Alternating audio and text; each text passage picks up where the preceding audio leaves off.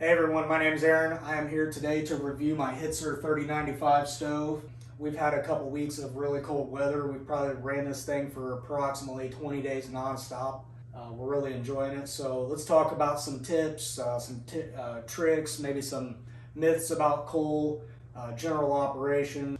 First thing, starting a coal fire, not the easiest thing in the world. I smothered it a couple times, had some learning experiences there.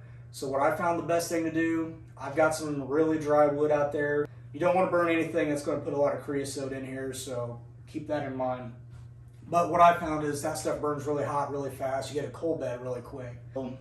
So like, you can see all these coals. Like, once you get a wood fire going like that, you can slowly shovel your coal on there. I use this when I'm shoveling my coal on. You don't want to smother it, because I've done that.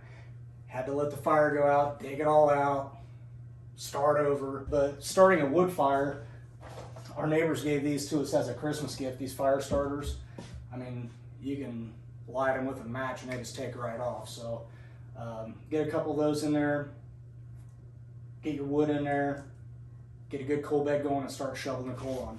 So this is nut size coal, so about yay big. You can see it's pretty dirty, high carbon content, obviously. Shovel that onto a good coal bed. Here's what a bag of coal looks like. That's a 40-pound bag of coal.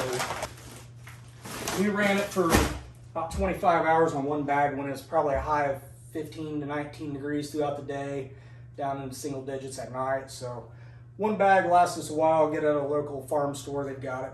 The coal, you're talking like 20 million BTUs per ton out of a bag of coal. Wood is more like 15, 16 million BTUs per ton. It takes up less space. It's easier to carry in. Really enjoy this coal. I feel like it's less volatile. Like the wood, sometimes it takes off real fast. It dies down real fast. You know, this is like a constant low, slow, like really warm, low, slow heat. So I'm really enjoying that part of it. One thing people have told me is that coal smells terrible. That's a myth. Like this is quality anthracite, so anthracite's gonna be more dense. It doesn't have all the impurities. It's not like that stuff they put in a train that burns black smoke that, you know, stinks terrible. This is not what that is. So this is a high quality, really clean anthracite. Another thing, when you're starting it, this door right here, you can open this and it will really start pulling air. It will really rip air through there, and like this will go from kind of a dull orange to like a bright yellow orange. Like it'll burn hot. I empty my ashtray out like every morning or every evening. On the back of this, there's a thermostat. So this coil back here there's a chain attached to a flap here. So when the stove cools down, that coil lifts that, allows more air through, it burns hotter. Whenever the stove gets hot, drops it down, cuts off the airflow, burns less fuel, so it feeds the air. There is a fan, there is a blower on here, which we got plugged in, so whenever you want to really kick the air around the room and warm it up in a hurry, turn the blower on. Works great. This stove, this 3095, and I think it's a 5093 model, they've got hoppers in the tops. Here's another thing I keep by, welding gloves. I keep a pan of water on top too to keep the humidity in the house.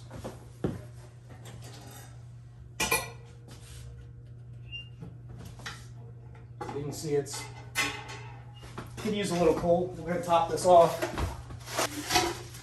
Let's say that coal bed was lower and you just smothered that fire with a bunch of coal, that would be a problem. But I mean, you can see that hopper in there. That's completely full of coal all the way to the top, so it will gravity feed in.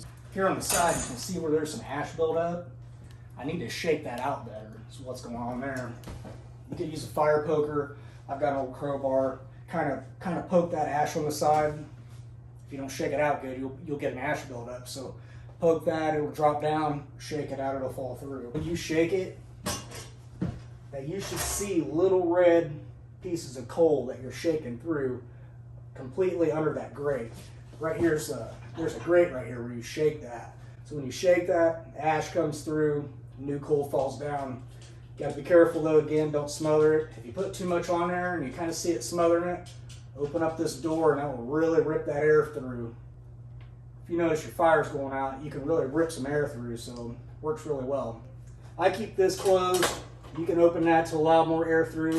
I keep it closed. I let the thermostat on the back control the airflow. Really enjoying it. So this thing puts out about 60,000 BTUs an hour.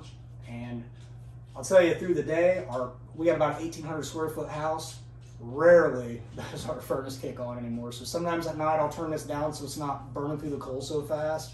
And our furnace might kick on occasionally, but not very often. One other thing you don't want to do is you don't want to make too dramatic of an increase or decrease in temperature because you don't want to smother your fire. I guess you can feed more air to it as fast as you want, but I guess when you're cooling things down, maybe like 1 notch per every couple hours to kind of let the room kind of see what temperature you're going to get. We got her all topped off. Shook her out this morning. I'll shake it out real good tonight before bed, top it off again. So I just wanted to hopefully condense a lot of YouTube videos down to one. Any questions, tips, tricks, you want to tell me something, educate me a little bit, that'd be great. But that's our stove. I keep all this stuff on the other side of the room away from the stove. Only brought it over for the purpose of the video. And a little disclaimer, if you got any questions, call Hitzer, call the experts, call a chimney sweep, call somebody near you. I'm not going to claim to be the authority on these stoves, but from someone looking to get one, wanting to know their way around the stove, hopefully this helps you out a little bit. Hey, have a good day.